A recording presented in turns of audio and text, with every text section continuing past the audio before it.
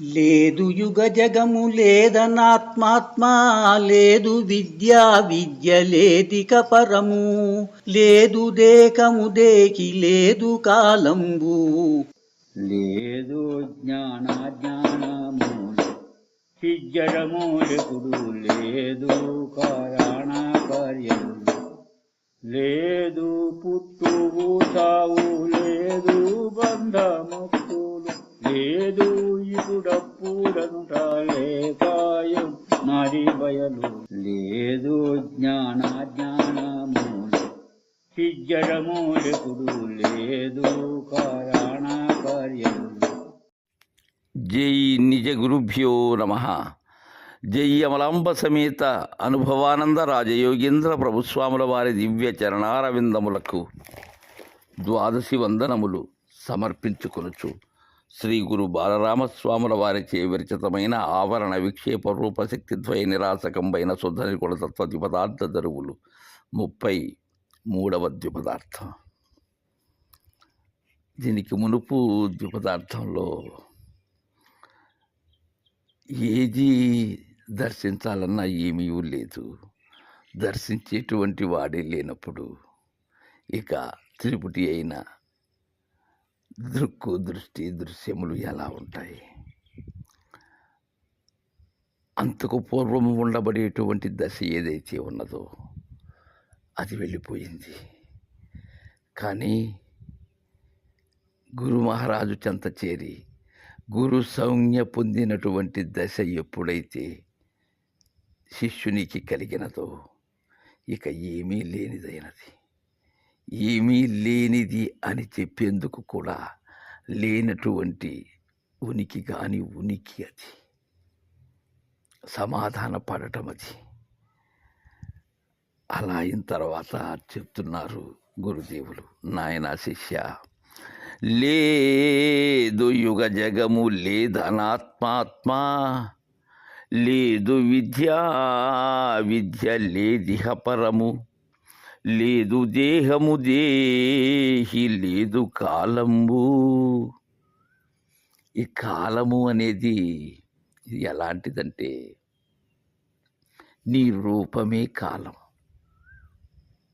నీ స్వస్వరూపమనబడేటువంటి గ్రంథంలో ఈ కాలము అనేటువంటి నీ రూపం ఏదైతే ఉన్నదో అది నీ తెలివి ఏదైతే ఉన్నదో ఎరుక, ఆ కాలమనే కలంతో రచించినటువంటిదే నీ జీవన యానమంతా కూడా. ఖాళీగా ఉండబడేటువంటి ఆ గ్రంథం ఏదైతే ఉన్నదో దానిలో కాలమనే రూపంతో అదే కలమై రచిస్తూ ఉన్నది నాయన. కాబట్టి ఆ కాలం లేదు నాయన. ఈ భూత భవిష్యత్ వర్తమానములు కానీ ఆగామి సంచిత ప్రారంభములు కానీ ఇక యుగము లేదు జగము లేదు. ఈ చతుర్యుగములు కానీ దేవయుగాలు కానీ ఈ మన్వంతరాలు కానీ ఇవి లేవు నాయన. జగమే లేదు. జనించి గతించేదానికి కారణమైనటువంటి వస్తువు నిశ్చయం జరిగి ఆ వస్తువు ఎక్కడైతే లేదో అది ఎరిగిన పిమ్మట ఏమున్నవి. ఇక ఆత్మ లేదు, అనాత్మ లేదు. ఎప్పుడైతే గురుదేవుని దయతో కేవలాత్మ స్వరూపుడవై ఈ భవాంబుధిని దాటావు, ఇక ఆత్మతో పెంపబడేటువంటి అనాత్మ రెండూ లేవు. ఇక లేదు విద్య అనబడేటువంటి తెలివి కానీ అవిద్య అనబడేటువంటి తెలివి రాహిత్యం కానీ ఇవి రెండూ లేవు.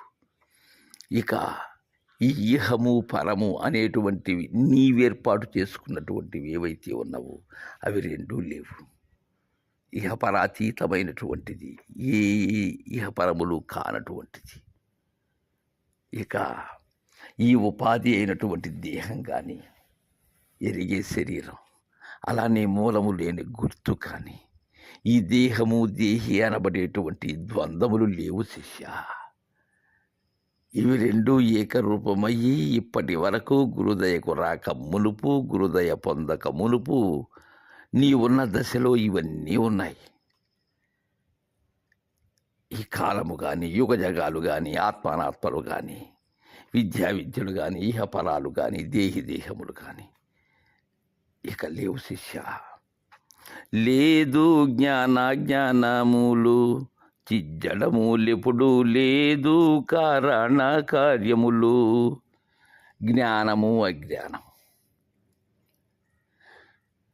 ఏదైతే గుర్తిరుగుతూ ఉన్నదో ఆ జ్ఞానము కానీ, గుర్తు ఎరగనటువంటి అజ్ఞానము కానీ,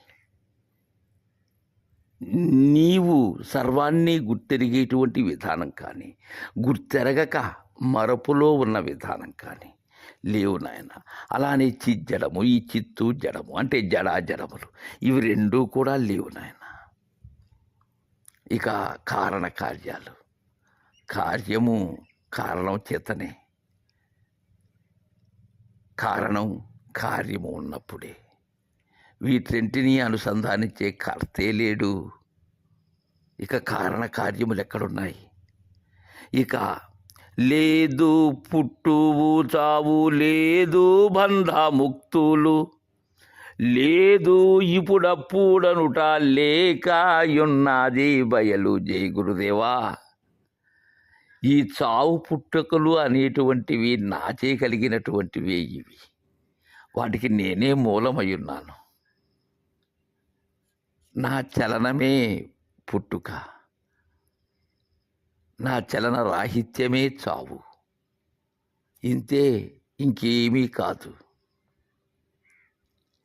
నేను గుర్తెరిగితే అదే పుట్టుక, గుర్తెరిగేటువంటి శరీరాన్ని బాస్తే అదే చావు. వీటి ద్వారానే జరుగుతూ ఉన్న ఈ జనన మరణములు అనబడేటువంటి ప్రాణధర్మములు ఏవైతే ఉన్నవో అవి. ఇక బంధము లేదు, ముక్తి లేదు. ముక్తి ఎప్పుడు ఉంటుంది? బంధం ఉంటే ముక్తి. బంధము లేనప్పుడు ముక్తి ఎక్కడున్నది? బంధము ఉంటే ముక్తి కావాలి.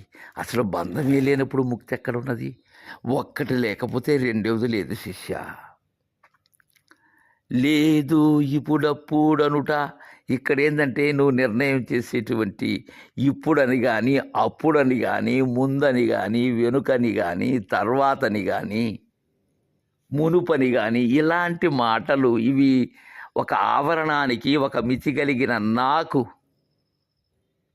ఇప్పుడని, అప్పుడని, ఒకప్పుడని ఇలాంటి మాటలు ఇక్కడ చెల్లవు నాయన. దానికి ఏముండాలి? ఏదైనా పదార్థము ఉన్నట్లయితే అది ఇప్పుడు ఎలా ఉన్నది, గతంలో ఎలా ఉన్నది, రేపు ఎలా ఉండబోతూ ఉన్నది అనేటువంటి అంచనా. ఏమీ లేని దానిలో అంచనా ఏమున్నది? ఇవేవి తీర్పు చేస్తున్నారు బాలరామ పండితులు. ఇప్పటి వరకు చెప్పినటువంటివి ఏవీ లేక ఏదైతే ఉన్నదో అది నాయన బట్టబయలు. శిష్య, చక్కగా అవగాహన చేసుకోవాలి శిష్య అచల బోధను. లేకపోతే ఇది అంత సులభప్రాయంగా అందబడేది కాదు,